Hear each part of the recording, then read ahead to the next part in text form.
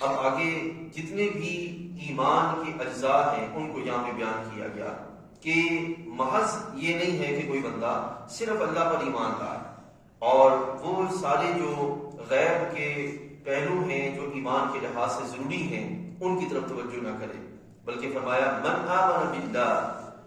اللہ پر ایمان لائے، والیوم الآخر، روز آخرت پر ایمان لائے، والملائکہ، فرشتوں پر، والکتاب، کتابوں پر، والنبیین، اور انبیاء علیہ السلام پر ایمان لائے۔ اب قرآن مجید کی دوسری جگہوں پر اگر دیکھا جائے اور حدیث ترجمہ میں بھی اگر غور کیا جائے تو وہاں میزان، اس پر بھی ایمان لانا، میزان جس پہ جو ہے وہ اعمال تولے جائیں گے ان پر ایمان لانا، جو قدر ہے، تقدیر کا معاملہ، اس پر ایمان لانا، جنت اور دوزخ پر ایمان لانا، رسول کریم علیہ السلام کے مبعوث ہونے پر ایمان لانا، یہ سارے کے سارے اجزاء ایمان ہیں۔ ان سب پر مشترکہ طور پر ایمان لانا اللہ تعالیٰ کے حکم کے سبب یہ ضروری ہے۔ ایمان بندے کا کامل تب ہوگا جب وہ ان ساری چیزوں پر ایمان لائے گا۔ اگر مثال کے طور پر 7 چیزیں ہیں یا 8 چیزیں ہیں یا 9 چیزیں ہیں تو ان میں سے کسی ایک پر ایمان نہیں لاتا اور باقی پر ایمان رکھے ہوئے ہے تو اس ایک پر ایمان نہ لانے کے سبب باقی جو ایمان ہے وہ بھی قبول نہیں ہوگا۔ لیکن اگر کوئی بندہ سبھی پر ایمان رکھے گا تو اس کا ایمان پھر اللہ کی بارگاہ میں قابل قبول ہو جائے گا۔ تو یہ ایمان کی بنیادی پہلو ہیں کہ جو ہے وہ اللہ تعالیٰ جل وعلا پر۔ ایسے ہی محبوب کریم علیہ السلام کی بارگاہ میں یہ پہلو بھی موجود ہے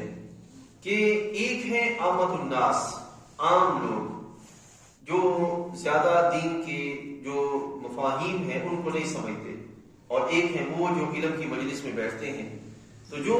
عام لوگ ہیں جو کہ زیادہ مفاہیم کو نہیں جانتے، وہ اتنا ایمان رکھتے ہیں، اس بات کو جانتے ہیں کہ اس کائنات کا خالق اللہ تعالیٰ ہے، اور اس کائنات میں جو اللہ کی طرف سے آخری نبی اور رسول مبعوث کیے گئے وہ حضرت سیدنا محمد رسول اللہ صلی اللہ علیہ وسلم ہیں، اور نبی علیہ السلام کی لائے ہوئے شریعت پر ایمان رکھے ہوئے ہیں، اس بندے کو ایمان والا تسلیم کیا جائے گا۔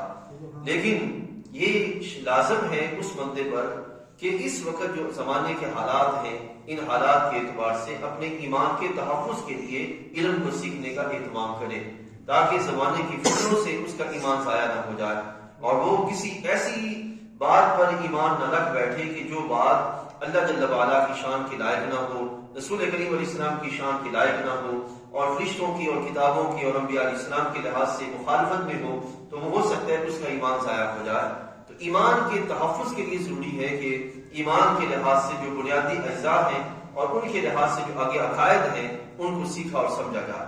یہود اور نصارہ مشرکین، ان کے لحاظ سے ہمارے